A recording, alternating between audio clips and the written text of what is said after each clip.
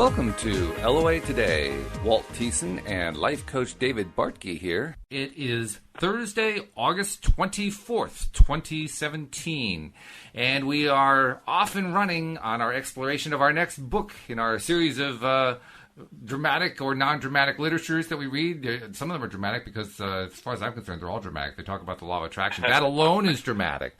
But this one's asking, it is given by Abraham-Hicks. So we did the introduction last week. We kind of dipped our little toe in chapter 1, but we really didn't get very far with it. So, David, I'm looking forward to really diving into chapter 1 this week.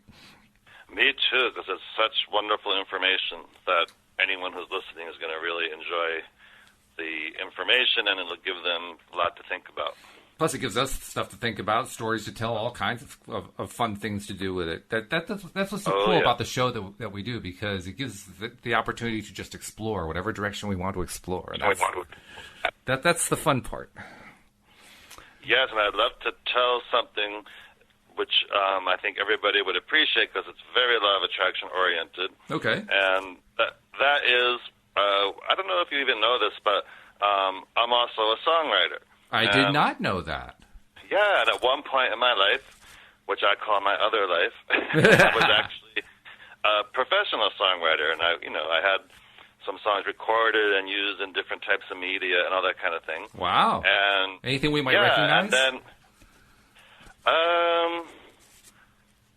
probably, well, some of my biggest thing was with someone who is very well known in Europe. Okay. This lady named Jennifer Rush several years ago, and that did really well. Then they used that song in some movies, and then at another song, various movies and TV spots and such.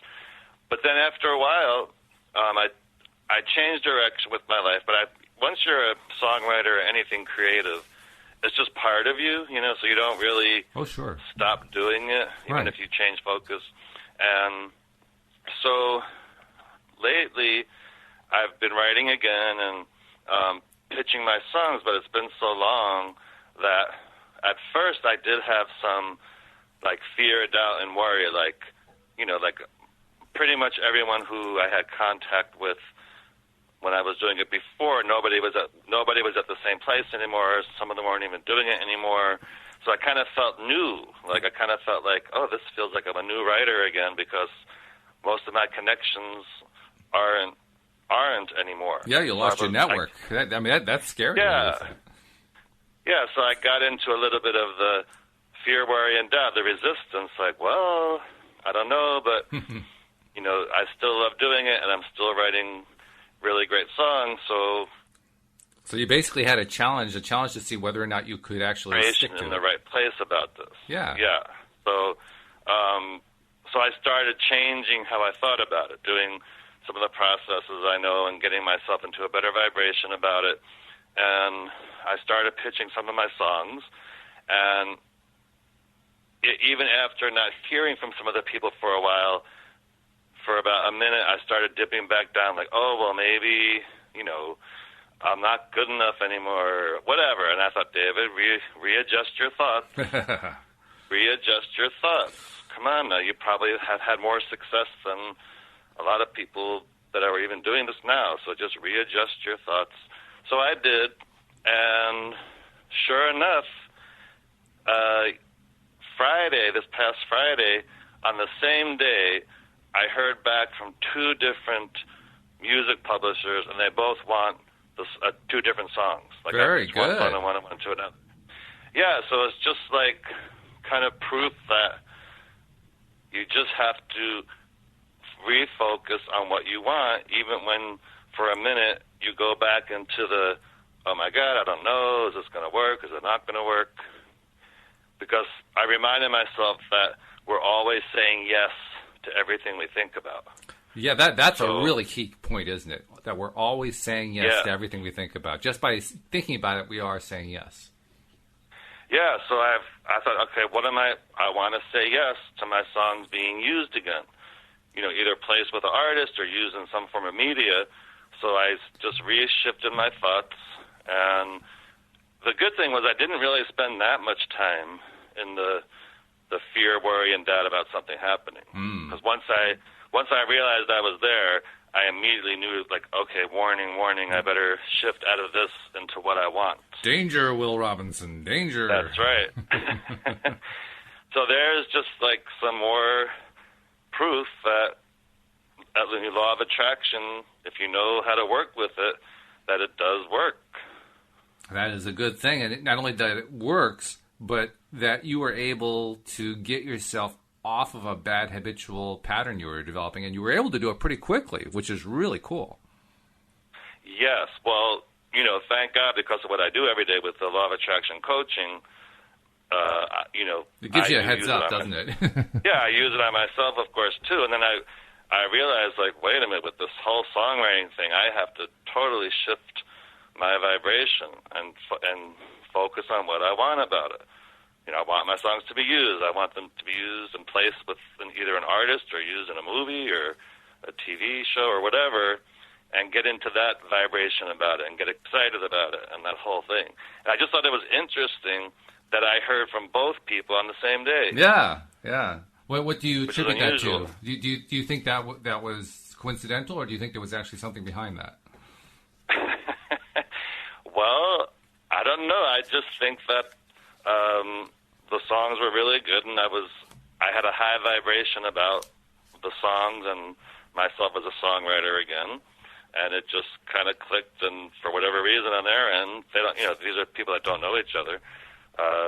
Presumably, they just kind of got heard at the same time, and they were both interested. So I was just like, yay! That's terrific. That's really exciting that that's happening for you. I hope it continues to grow. Thank you. Yeah. Well, of course, now that this has happened, it sparks even more high vibrations about it. Sure, because it builds your confidence. Exactly. Yeah. Exactly. When you build your confidence, you start to believe even more strongly than you believed before. You're kind of building on it. Yeah, it does help. Yeah, it does help, for sure. Sure. Like, I'm right, I still know how to do it. And as a segue into the book Ask and It Is Given, Chapter 1, there's a subhead that really touches on this. It says, good. You only hear what you are ready to hear. You made yourself ready to hear from those people. Yes. You probably weren't ready to hear back when you were in the fear mode. Probably not. I was probably blocking it. And in fact, in the book it says, we are talking to you at many levels of your awareness. That's the tricky thing about Abraham-Hicks. Abraham does come at you a lot of different ways, and it's often hard to distinguish which direction they're coming from. Yes. But they do come from different levels of awareness. And continuing, it says, all at the same time, but you will only receive whatever you are now ready to receive. You were definitely ready to receive those calls. Yes, I was. Everyone will not get the same thing from this book, but every reading of this book will net you something more. This is a book that will be read many times by those who understand its power. I guess that's why I keep rereading it. It is a book that will help physical beings understand their relationship to God and to all that they really are. That's in all caps there. This is a book that will help you understand who you really are, who you have been, where you are going, and all that you continue to be. I like that last bit. This book will help you understand that you never, ever get it done. That's a really key point that Abraham repeats over and over. I know. Esther always says that you never get it done. You never get it done. It will help you understand your relationship with your history and with your future, but most important, it will awaken within you your awareness of the potency of your powerful now.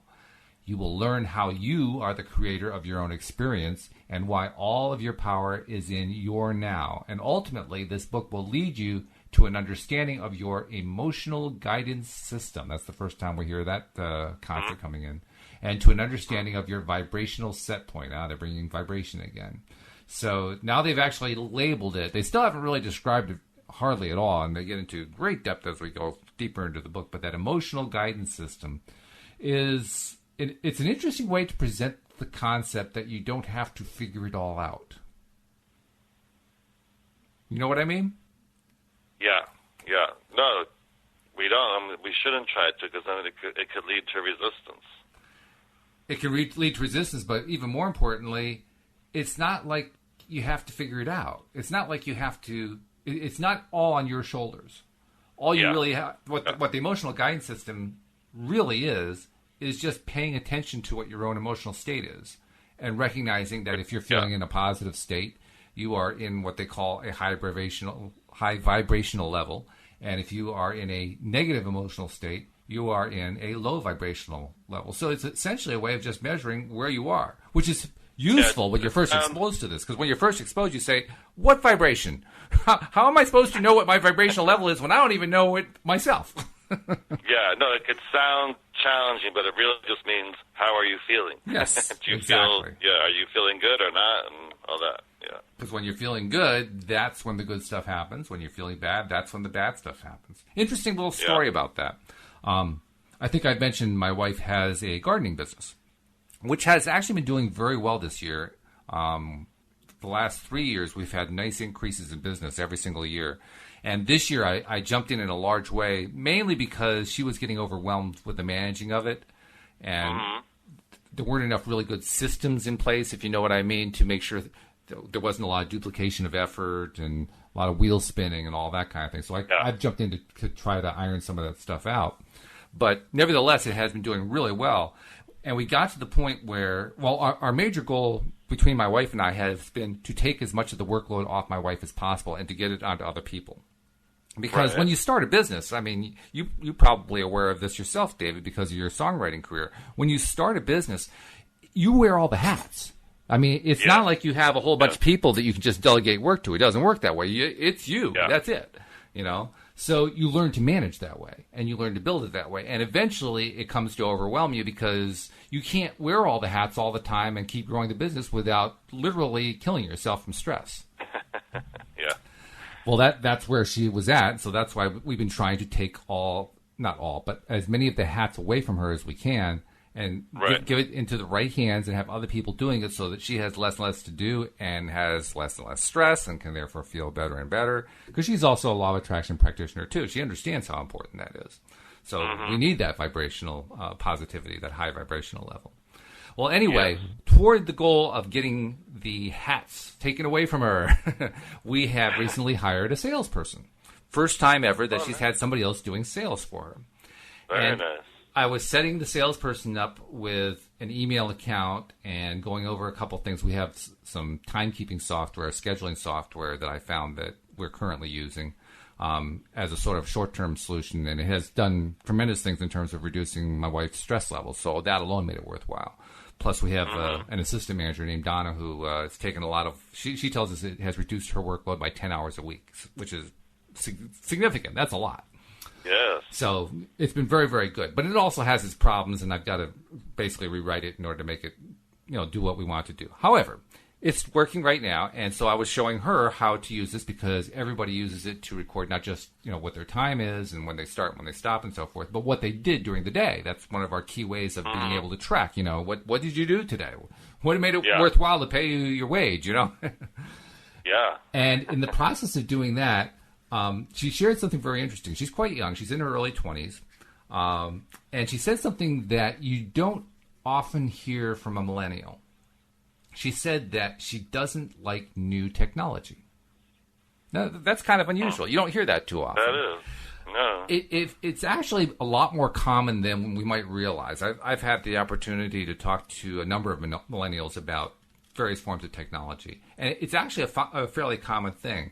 We don't associate it as being true because we, especially the older generations, we see how easily they just absorb technology into their fingertips, so to speak.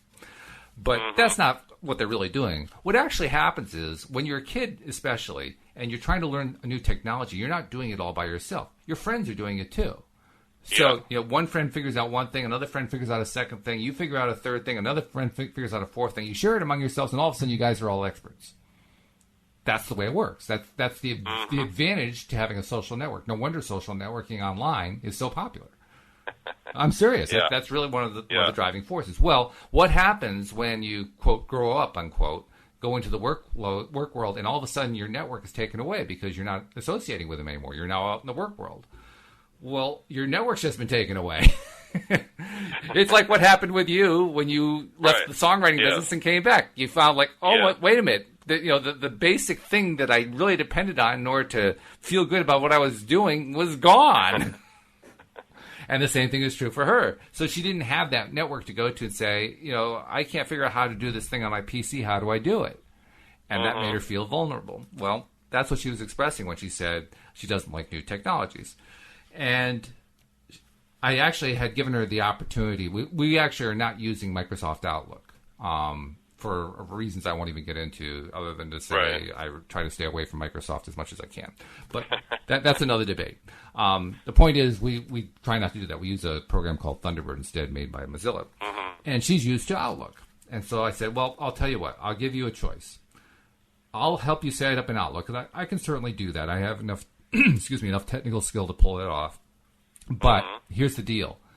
If something goes wrong, I don't promise to support that. I'll support Thunderbird, but I won't support Outlook. Now, could I support Outlook? Yeah, I probably could. But I've dealt with Outlook enough, helping other people with it, that I just don't want to have anything to do with it. So that's why I put that limit in place. Anyway, her reaction was, well, okay, then I'll learn Thunderbird. I thought that was an interesting choice. She doesn't like new technologies. But it was worth it to her because she knew that she was going to get support from me in case something went wrong. And she didn't want to have to figure it out on her own if something went wrong. So she was willing to do it. And then there was also the timekeeping software that I mentioned. And that's also a new thing for her. She said she's found it really hard the first few days to remember to use the software. It actually gets installed on your smartphone. To use the software to clock in and clock out every day. Because you don't actually walk into work and see a time clock. It's on your smartphone, right? So she found herself in a place where it was hard to remember to do that. And she said, I have a lot of doubt that I'm going to be able to do that. Well, my LOA antenna went up. And I said, well, if you believe that, you're going to be right. Right. But I'll give you a secret. Here's how you can make sure that you remember every time. You have to believe you're going to remember. And she gave me that quizzical look. I said, yeah, you really have to feel like you're going to remember it before you can actually remember it. If you believe it, if you feel it, if you have confidence, if you get excited about, you're going to be able to remember it, guess what? You're going to remember it. If you don't, if you doubt, if you start feeling, I'll never do this, guess what? You won't. Because whatever we say or think, we're saying yes to. That's right. And I said, but no, I understand. This is kind of counterintuitive. This is not the way we normally think about things. We normally think that you experience something and then you feel something about it. Reversing the order is uncomfortable, and it's a hard thing. She nodded her head. Said, "Yeah, that sounds really hard." And I said, "Trust me, it really can work. And if you're willing to do it, it will work." And then Louise was across the room. She chimed in, "Absolutely, it works."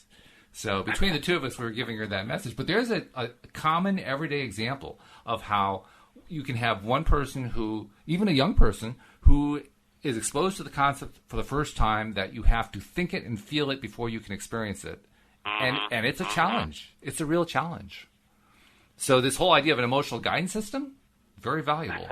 It's very valuable because now you don't have to worry about, well, I have to understand all this stuff. I have to find some way to believe something I don't believe. You don't have to do that. All you really have to do is get yourself feeling good. Because when you feel good, it's easy to believe stuff. Doesn't matter how crazy it is. You can still believe it when you're feeling good. That's true. Isn't that true? That's true. I mean, I've noticed that with so many different things in life. And especially over the last 5 to 8 years or so, while I've been really studying this LOA thing in detail, in my personal life. But all you have to do is feel better, and things come easier. I'm not quite sure why that's true, but it's definitely, I've seen it to be 100% true. Have you? Yeah, because when you believe in it and that's your intention, you're already putting yourself ahead of the game. It just makes it feel easier. Yeah. And it's not what we're taught. It's not what our culture teaches us.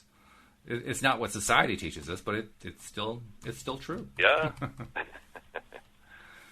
Now, chapter 1, interestingly enough, is a relatively short chapter.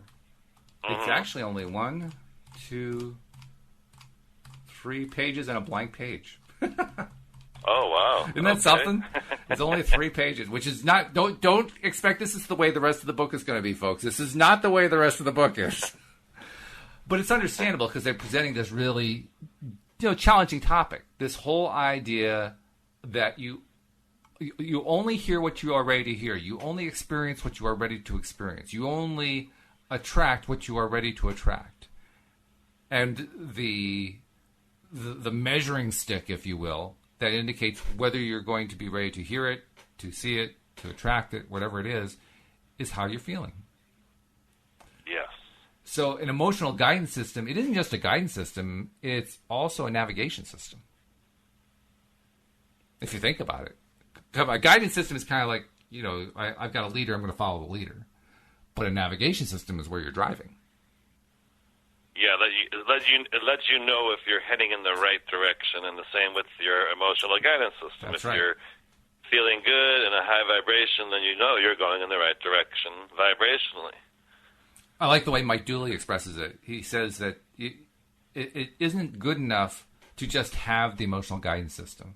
It's like getting in your car and you've got Mike Dooley playing on the radio, or you're listening to The Secret, or you got your vision boards in the back seat. You're all hyped up for the trip, and you got yourself strapped in, and you got your snacks over on the side seat. But nothing's going to happen unless you put the car in gear. Yeah. It's not enough to just feel good to just stop there. You actually have to do stuff, So it isn't just having a guidance system, it's also doing the driving. It's taking the steps. Mike Dooley has a great way of expressing it. You want to take baby steps.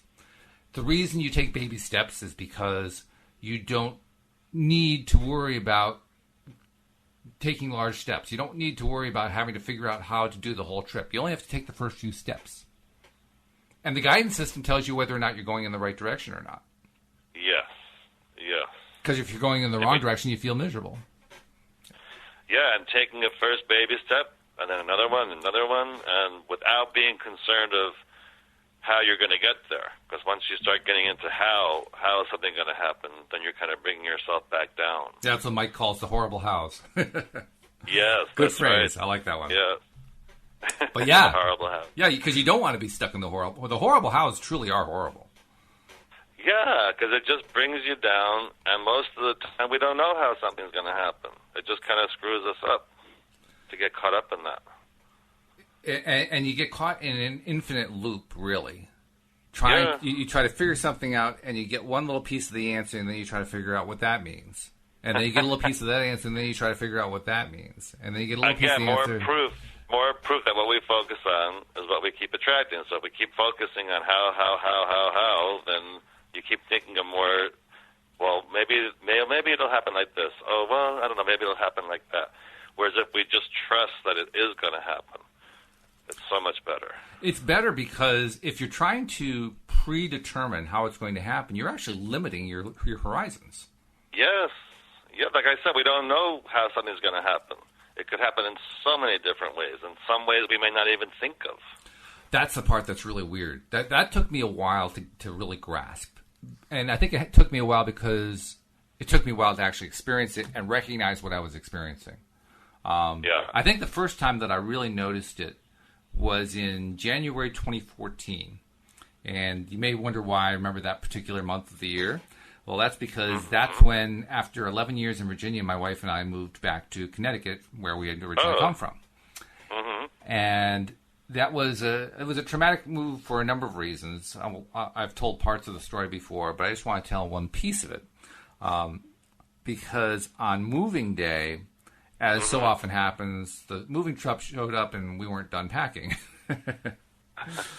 So that was a little traumatic all by itself. And we're trying to pack while they're loading everything in. Well, a number of things went wrong, including the fact that the van wasn't big enough to handle all of our stuff. So we had to select some stuff to leave behind because we couldn't afford a larger van. And that was traumatic. We'd also arranged with the mover that they were going to drag my wife's pickup truck behind it on the way back because it was actually an older pickup truck. We weren't really confident it would make the whole trip, but we knew it was a good around-town vehicle, so we figured if they could drag it to Connecticut for us, now we had an around-town vehicle until we can get other stuff going. Because I had already gotten rid of my car, which had basically died a few days before. So we were like one old pickup truck away from being vehicleless. Well, on the day of the move, the head moving guy comes over and says, "Oh, by the way, I see a note on here that we're going to be dragging your truck, except that we're not." I said, "What?" And he said, "No, by law, we're not allowed to do that." Now what are we going to do? It's moving day. What are we going to do with the pickup truck? Because we know, Louise and I are confident it has like a 50-50 chance of making it to Connecticut and a 50-50 chance it's going to die on the way. You know? So what are you going to do with it? Well, it turns out one of the guys in the moving crew wanted to buy it. Oh. Like, okay. Now, this is a truck that, I mean, it had a lot of miles on it. It had a lot of miles. I don't remember exactly. I would say probably 130, 140,000 miles. Wow. And that's a lot. Yeah, it's a lot. And, you know, I would have been happy to get like $900, $1,000 for it. So I said, "Well, how much you offer me for it?" He said, "Well, how about $1,500? Wow, very good. Now that was out of the clear blue nothing. Like, where the heck did that come from? There's a small example of what we're talking about. I had no plan to even get rid of the truck. Yeah. I'm forced into getting rid of the truck, and all of a sudden, out of the clear blue sky, I get an offer for more than what I had wanted in the first place. That is great. Law of attraction. You know, so there's a great example of how if you just let the universe do it its way, it comes out better than what you anticipated. Yes. Now, the story actually gets better because after they moved us to Connecticut, of course, the guy had bought the pickup truck from us. I had gotten rid of my car, which had actually died. That's a story all by itself. I had an old Camry that I was selling, and guy came by to look at it, and when he looked at it, he checked the oil and found that the oil was dry. Oh, God. I'm pretty sure it had a cracked engine. I just didn't know it. Wow. Now, I don't know about you, but if I go to look at a car and I find out that it's been drained of oil, the last thing I want to do is buy the thing. The guy offered me $500. Oh. That's good. You'll take it. Okay, sure. Give me the money. It's yours. You want help hooking up to your trailer?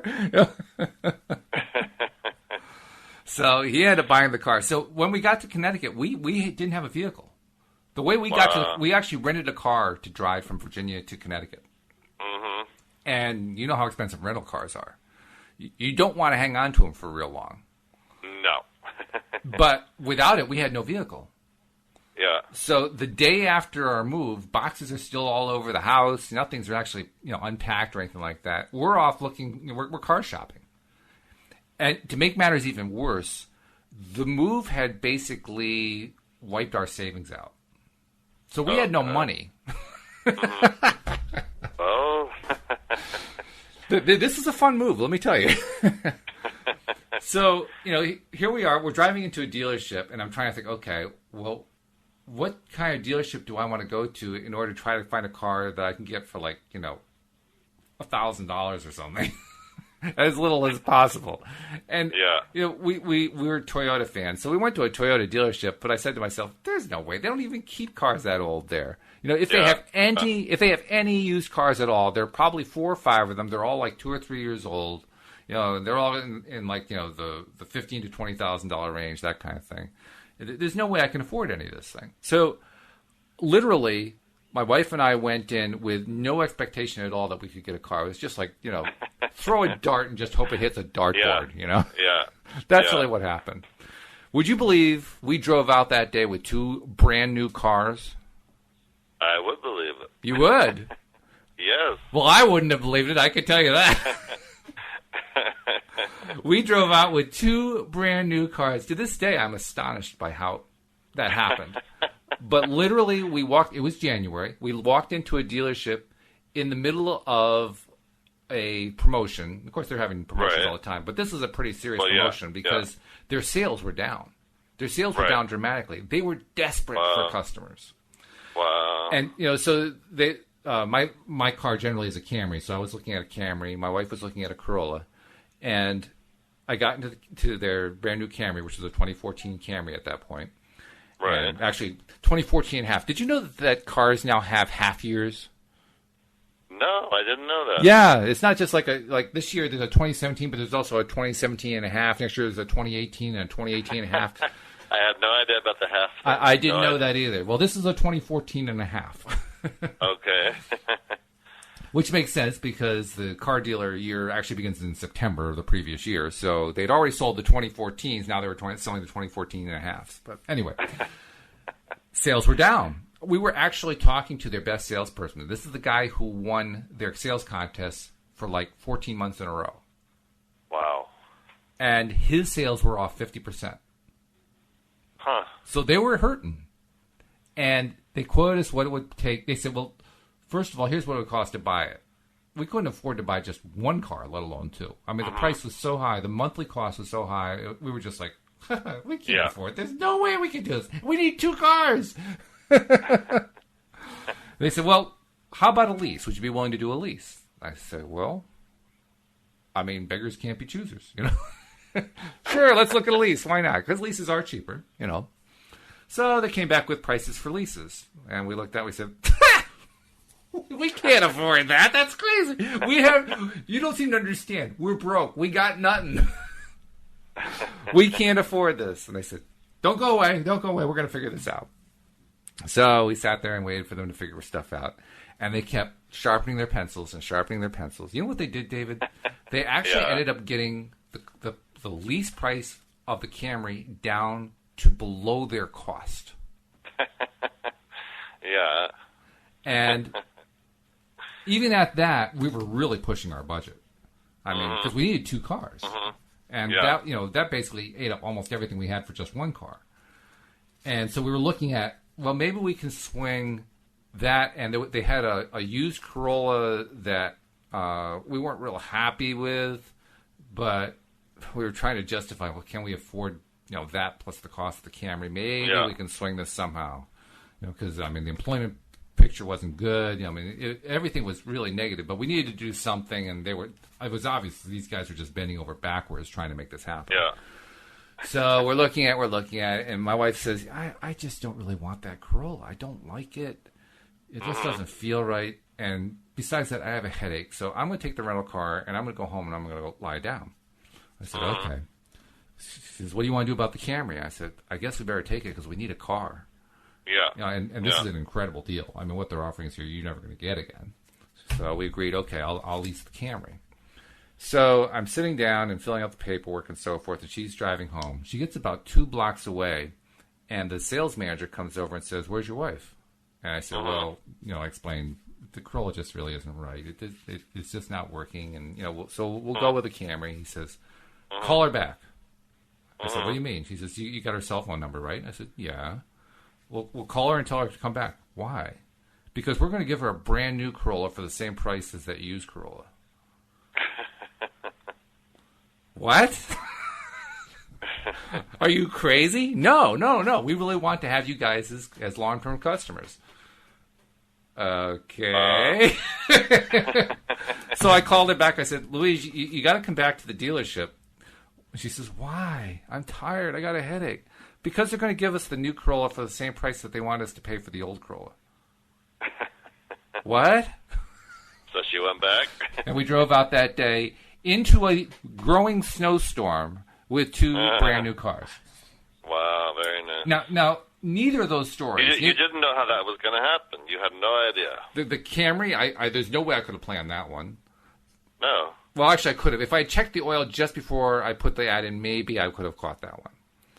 The Ford, the Ranger truck that we got rid of, that one, I mean, I already had another plan in place. There's no way I could anticipate that one. And then we get to Connecticut, and we have no cars and no money. And we drive away with 2 brand new cars. Like, what? WTF? What is going on here? There's no way I could have planned it. A Hollywood scriptwriter could not write that story. Yeah. That's just too fanciful. If someone were to actually put out a movie that displayed that story, nobody would go. They wouldn't believe it. Yeah, but that's because you didn't get caught up in how any of it was going to happen. No, we thought we just threw our hands up and said, "Hey, universe, we have no idea what to do here. Fix this for us." Yeah, I mean, I have just a short, similar story about a car where I wanted this luxury car, and it was over what I could pay per month, and I just said, "Look, this is what I could do. X amount per month, whatever. I know it's impossible, but that's it." And he goes, "Okay." So I left, and literally like 4 days later, I get a call, and he said, "Well, if you don't mind having a very, very, very slightly used one, it had like maybe 1,000 miles on it. That was it." Wow. He goes, "We can meet all your terms." Wow. I'm like, I'll be there today. With bells on. Yeah, and of course it was, practically brand new, so it had 1,000 miles on it because they were kind of using it when people needed a loaner car. Yeah. And then somehow he talked to whoever, and they said, "Okay, well, let's just let him get this one in, and we'll meet his terms." It was the most ridiculous thing because it was still that car. It was just very, very slightly used. I'm like, I'll take it.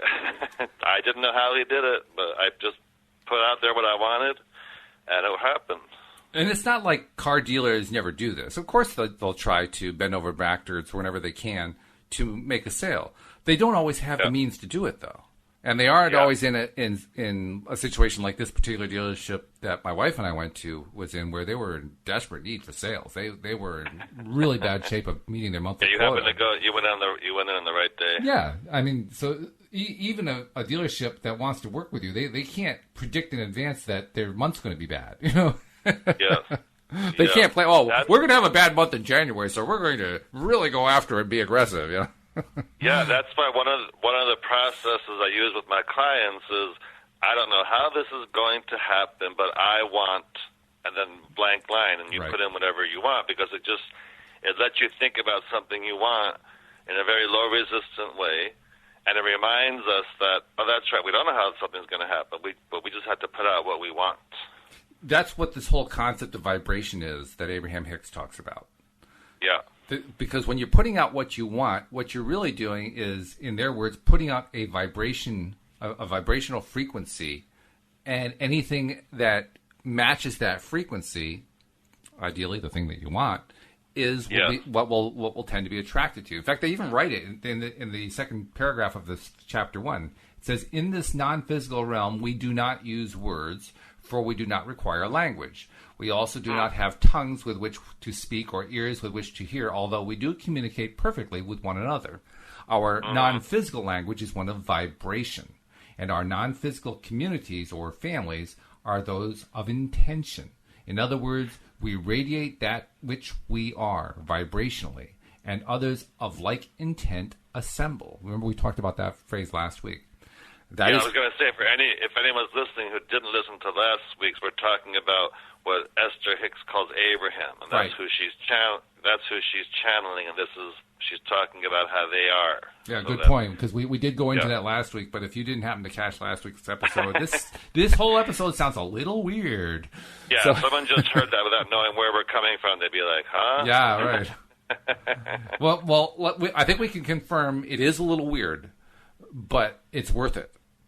Yes. It's really worth it, because there's so much good stuff that comes out of this. So even if you have to put the weirdness aside and say, look, I'm just going to pretend that it's not there, that's fine. No problem at all. Yeah. But that whole concept of vibration, that idea that what you radiate is what you tend to get back, when you get it explained to you the way they did here in this chapter, in this paragraph, it kind of makes some sense now, because now you're realizing that non-physical entities, people who aren't actually here on Earth as people, but who are just spirit, that they still attract stuff, and they do it vibrationally. So, of course, they're going to, if you're going to get a communication from the other side, they're going to explain things the way they understand it, right? That's based on what their experience is going to be. So that's where this whole concept of vibration comes from. It's still a little bit strange for us, I think. I mean, I don't know about you, but for me, the whole idea of vibration, it's a little bit hard to sink your teeth into at first. Yeah, but to make it easy, which worked for me, was I just go by what the emotional guidance system is they were talking about. If something feels good to me, I just take that I'm in a high vibration about it. If I don't feel good for some reason or something doesn't feel good to me, then that means I'm in a low vibration. Like, I do it very simply with myself, and that seems to work. Mm-hmm. Yeah. Well, you also have to get around the whole concept of vibration, though, is what my point is. I mean, yes, your approach is terrific. That's the way to do it. But I know for me, I'll still stumble over the word vibration. Like, vibration? What is vibration? What's vibrating? That's because you have that scientific mind and you want to know why. I do. I've been that way. I'm more like, okay, that makes sense. Done. You accept so much easier. I just accept it. Which is very good. That's a good trait to have. Yeah. But a lot of people are like you, where they want to figure out the details of why and how. Yeah. But I'm just like, no, that makes sense to me. Okay, let's move on. Yeah. Well, I do want to know. So I guess the way that I handled this whole concept of vibration was, first of all, I just dismissed it. I said, I don't understand the whole vibration part, so I'm going to ignore that part. I'll just do the part. I get the part about, emotional guidance system and paying attention to, what you're feeling, which they actually don't describe very much in this chapter. They're just kind of laying the foundation right now. But you get into it later on in the book, and you start to get a feeling for you get a feeling for how important feeling is. Yeah. Yes. So, yes. A lot of people aren't used to thinking that. Like, when I work with a lot of people, it takes some people a little bit of time to connect to how they do feel about something, because they're just not used to thinking about it in that way. Oh, yeah. If you had asked me back when I first got exposed to this stuff what I felt about a number of things in my life, my reaction would have been, well, I don't really feel anything about that. Yeah. I mean, there's not a whole lot that I do feel about. If I experience something, it's an emotional trauma or something like that, then I feel. But, how do I feel about a door? Well, it's a door. Well, it's not always about a door, but about a particular thing. But you know what? Typically, men in general, it is true, I hate to say it, but it's true, have a little bit of a harder time connecting feelings to what's going on. Well, we're trained not to, especially the older ones among us. I mean, younger generations are actually a little bit better off because what are now the older generations were the ones who are kind of insisting on breaking the old mold. But so younger generations of men are a lot better at being in touch with their feelings than in the past. But when you come from the experience that us older ones had, and indeed what our parents had and our grandparents had, it was culturally built in to mask your feelings as a male. In fact, showing your feelings was actually well, it was actually a sign of weakness.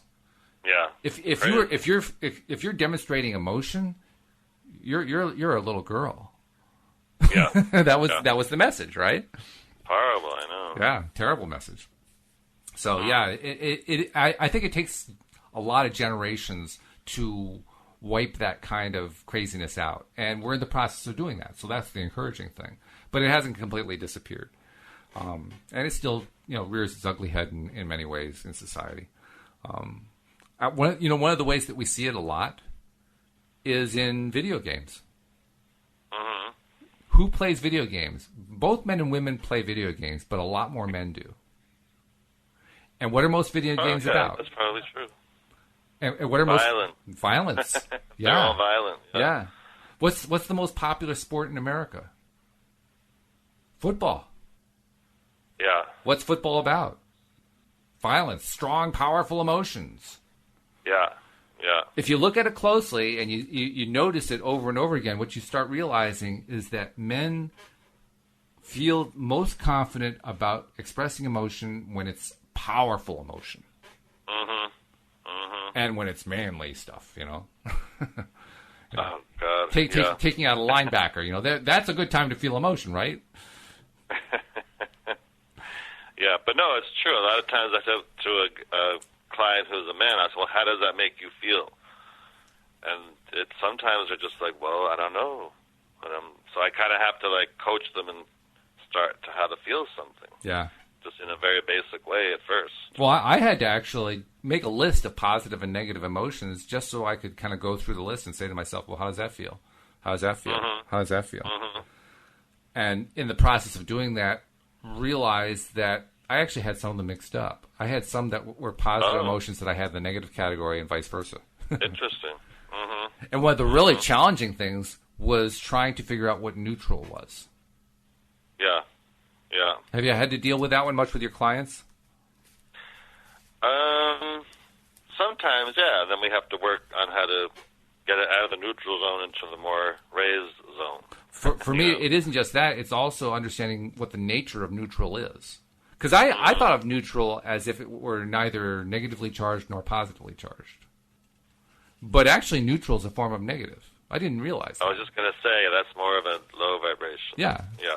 But I didn't think of it that way. I thought of neutral as like, the car is in neutral. Well, it's not going anywhere. Right. Yeah. Yeah, but I like the car analogy, like you just said, because with that thing about not knowing how, like when we drive to the market, we don't think, well, gee, am I going to get there? I don't know. We don't get halfway to the market and then turn around because we're not there yet. The same is kind of true with when there's something you want to manifest. It's like, just because it hasn't happened yet, it doesn't mean you think, okay, well, that's it then. It's like you have to keep that 100% certainty. It's basically it's sort of like a parable about belief. If you are willing to believe, then you'll get there. If you are going to start doubting and start believing in your doubt, you won't get there because you'll find a reason to stop the car. Yeah, but I love that, though, because it's true. Like, when we go to drive somewhere, there's like 100% certainty we're going to get there. Like, we don't even question it. Well, like, maybe not with the Ford Ranger truck. Because the truck was likely, like 50% likely to die on the way to Connecticut. So we might not have gotten there. Stop it. You're confusing people. No, but seriously, overall, when you get in your car to drive somewhere, you're just so certain you're going to get there. There's never a question of, am I going to make it? And that's kind of how we have to be with things that we want to manifest. Yes. Yeah. The story there is we have a tendency to say we want something and then immediately in the back of our minds start coming up with all the reasons why it's not likely to happen. That can happen. You got to change that. Yeah, I think it's actually a lot more common than people realize. Sometimes we'll tend to think, well, it's just me. I don't think it's just you. I think everybody does it. I don't think everybody admits to it, but I think everybody does it. Because I think a lot of the how is because when we go through school as a kid, and growing up, there's always a reason for everything. Well, this is how this has happened. This is why this. So we're used to that way of thinking, like knowing why and how something's going to happen. Mm-hmm. And then when we learn about law of attraction, and we're like, oh no, our concern is not to know how it's going to happen. A lot of times the brain is like, what? Like, what are you talking about? We're used to knowing and trying to figure out how something's going to happen. Isn't that how we're supposed to do it with everything? Yeah, I'd say that's true. But I think it also goes deeper than that because a lot of what goes on in our lives, a lot of the things that we end up choosing, even though we don't realize we're choosing them, are things that are what I would call fear-based or things that are based in negative emotions. We talked about video games. So much of them are about violence or about negative situations. Most entertainment is about negative situations. That is true. Most news and entertainment, even the Weather Channel, everything. Even the Weather Channel. Fear-based, negative.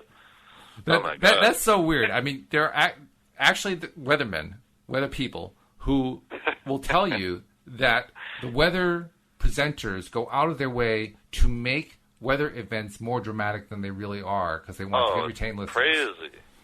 Oh, I know. Sometimes it's like it's raining outside, and then after you listen to the weather report, they make it seem like everyone has to like rush home and lock the doors and go to the basement.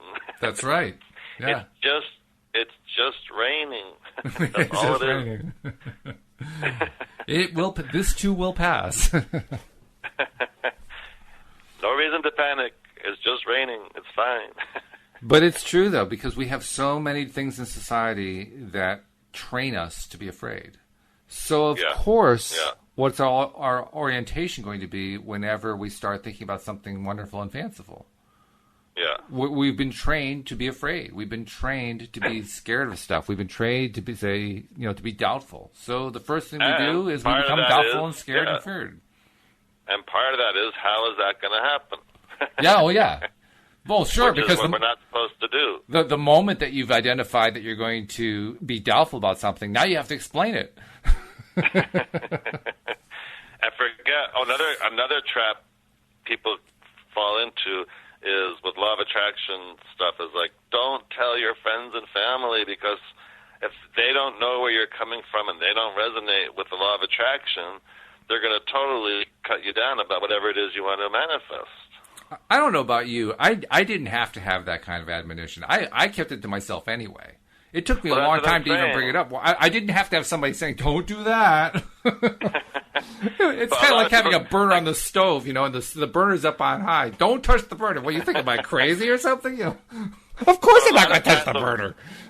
A lot of times when people get into the law of attraction, they're excited about it, and they're excited about things they want to manifest, and then they start sharing it with certain family members and friends who don't get it.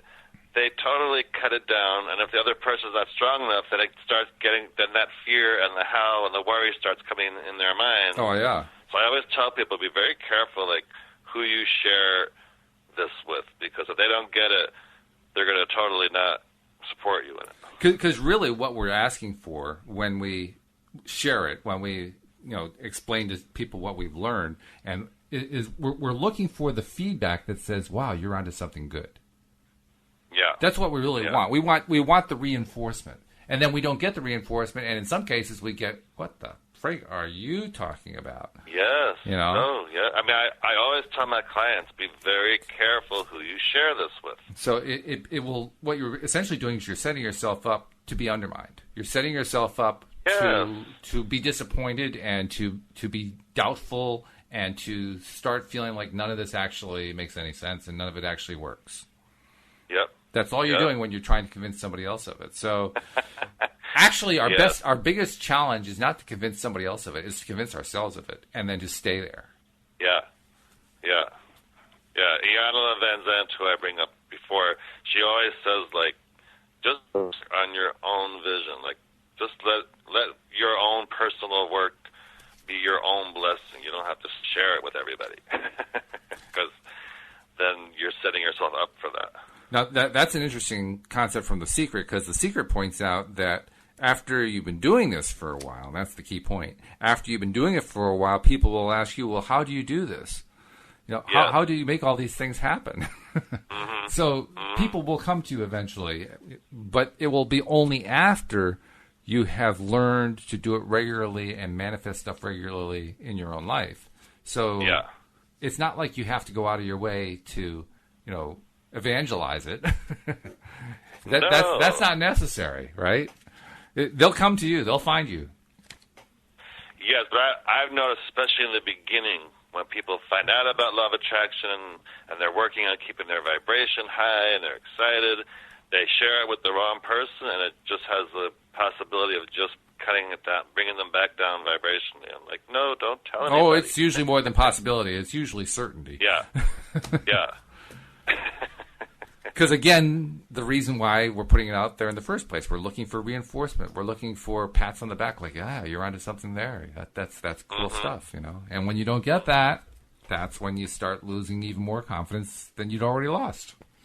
Right, especially in the beginning, because, you're still kind of sorting it out for yourself. That's right. You're not quite strong enough yet. Yeah, you're trying to feel your own way. You're trying to get a sense of, well, do I really believe this? Does this really work? It sounds good, but, it also sounds a little fanciful, so do I really buy into it? That's that space. Like, you're just into all that airy-fairy stuff. Yeah, the airy-fairy stuff, right, yeah. Then it makes the person feel bad, and then they can start going down the other way. It's like, just don't share it with anyone yet. Yeah. It was actually a major thing for me when I shared it with my wife early on, and then with my brother and my sister-in-law. And I was actually quite pleased when I got a very positive reaction from them, because I kind of... That's good. I spent a long time before I was willing to actually share that. I was really cautious about it. Very good, yes. And in my caution, I was feeling out what's the likelihood that they're going to react well to this? You laugh, but it was actually a very serious thing. No, but I'm saying you were lucky that they had a good reaction to it. Oh, yeah, absolutely. Yeah, and in fact, my wife ended up doing the very first podcast with me. That's how that's how LOA Today got started. My wife and I did the first podcast on our wedding anniversary. on our wedding anniversary in 2011. Yeah. So very nice. Yeah. So it does prove that you can learn this. You can believe it. You can start trying it. You can. It's also good to try it in little ways early on. I don't know about you, but I find that's the safe way to do it. Yeah. Just trying to attract little things. Like, parking places, that's where a lot of people like to start, trying to attract a parking place where you don't expect a parking place. Those are fun, actually. Yeah, after a while, you always get the best parking spot. And the funny thing is that early on, you have to work at it. You know what I mean? At first, it's new. It's new, and you're changing your thought pattern. You're changing your way of thinking about what you're doing when you're going out shopping or whatever. And you want to get that good parking spot. And at first, you don't get the result, right? And you say to yourself, well, what did I do wrong? And you don't know because there's no guru sitting there saying, well, what you should have done. So you kind of trial and error it, and eventually you start realizing, well, one of the things I realized early on, you have to give the universe a little time. Like, if you're 20 seconds away from getting the parking spot or looking for the parking spot, probably not the best time to first ask for it. You're probably better off asking for it about 10 to 15 minutes ago so that the universe can have time to get the cars moved around so that there's a spot open for you. It's not like the physical world instantly shifts, within like a split second. That's not the way life works, does it? Things some stuff takes a little time. You have to give it time. Yes. Once I learned that, I don't know what your time frame is. I find I need to give it a half an hour. If I can plan a half an hour ahead that I want a parking place, I always get it 100%. If I give myself like 10 to 15 minutes, I'll get it like 80% of the time. If I give myself 20 seconds, I'm probably out of luck. I'm a little different in that where I just know I'm going to get a great parking spot, and just in general. So I don't have to kind of ask anymore. Yeah, I understand what you mean, and I've gotten to that point too. I'm thinking more like what it was like when I first was trying, for the first year or two. When I was first experimenting with it. That's what I found to be the rule of thumb, so to speak. For me, I would just do it like on the way to somewhere. Just when I was in the car on the way, I would just Yeah. The point being, you didn't wait till the last second. Right, that is true. I didn't get to the parking lot. And expect the car to move out of the way or something. Yeah. Yeah, because it takes a little time to get into that habit of setting up your vibrational level, your emotional set point, before you actually experience the thing that makes you feel good. Yeah. That takes practice. It's worth practicing, though. Yeah. So anyway, do we have time for one more story? We already out. We're down to about a minute and a half, so we should probably do a wrap up. Unless you can tell the story in about 20 seconds. I'll save it for next time. Okay. Well, tell you what. Instead of telling us, it's a good story. So people listen next time because it's a really fun all right. Make story. a note because we want to hear the whole thing. But one thing you can do, tell people where they can find you in case they want a little help, a little coaching up. Yeah, if anyone's interested in me or Law of Attraction coaching, they can just go to lifecoachdavid.com. And you can find out more about me, and there's even a button there to schedule a first free mini session, or you can just call me or email me, and all that information is there. Excellent. And, of course, we want you to continue to listen to LOA Today. We always broadcast every Thursday at 7 p.m. here on PRN. But just in case you aren't always listening on PRN, if you're off someplace else and you don't have access or you're not connected to the net, you can always listen to our podcast because the podcast you can subscribe to directly at our website, loatoday.net. And you can also find us on Facebook. We are in the iTunes store. You can find us in YouTube. We're actually in a lot of different places. So, keep following along because we've got another 21 chapters to go in Asking It Is Given. And David, I can hardly wait for chapter 2. Yay. Yay. So, Join us again next time. And David, it's been a pleasure as usual. Same here. Same here. We'll see you all next time here on LOA Today. Goodbye, everybody.